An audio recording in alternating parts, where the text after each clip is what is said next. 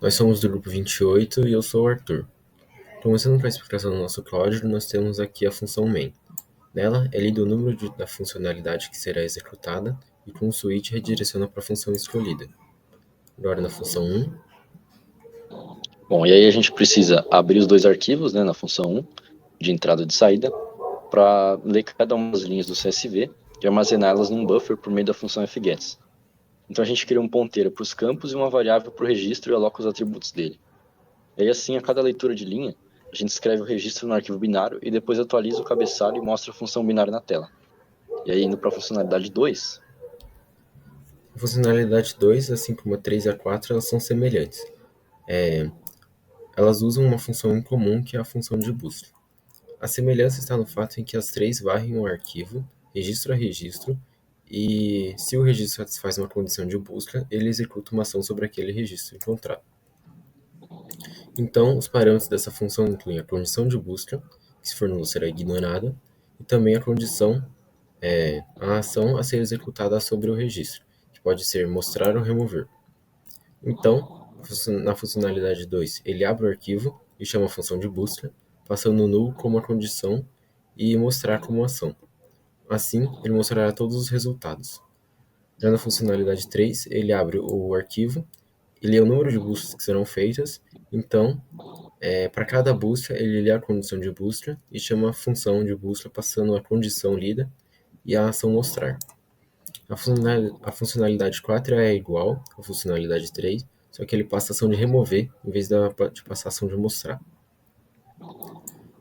Agora explicando a função de busca, ela percorre o arquivo com o ion, para cada registro ele vê se ele foi removido. Caso não seja, ele lê os dados do registro e verifica se o registro satisfaz a condição de busca. E se sim, ele executa a ação definida sobre aquele registro, seja mostrar ou remover. E no final da função ele também executa mais algumas coisas dependendo da ação. Aqui em cima tem todas as funções usadas pela função de busca, a função que verifica o campo, a que imprime o registro na tela, a que lê o registro no arquivo e a que remove o registro do arquivo. E agora na funcionalidade 5, e aí como a gente quer inserir, fazendo um reaproveitamento de espaço, a gente tem que ler no registro de cabeçalho o valor do RN removido, que está no topo da pilha. Só que antes disso é feita uma leitura de cada um dos campos do registro dentro de um laço de repetição. E assim, cada registro concluído é inserido no arquivo binário por meio de uma outra função. E aí o próximo registro é lido e assim sucessivamente. Depois da leitura do topo da pilha, a gente consegue saber aonde está o registro removido ou se o arquivo não tem nenhum registro removido. E aí isso é feito por meio de duas comparações. Se tiver registro removido, coloca no lugar devido. Se não tiver, coloca os registros no final do arquivo. E no fim de tudo a gente atualiza o registro de cabeçalho.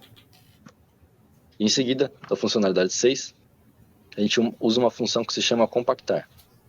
E aí a gente cria uma variável para saber qual que é o último registro que foi lido e outra para saber aonde o registro vai ser escrito, que no caso vai ser em algum espaço de registro removido. Então, dentro de um laço infinito, a gente vai de registro a registro procurando onde eles podem ser colocados. No caso, vai ser a última posição lida do registro removido. E depois disso, a gente usa uma função para truncar o arquivo, configurando um novo comprimento, e atualiza o cabeçalho e mostra a função binária na tela.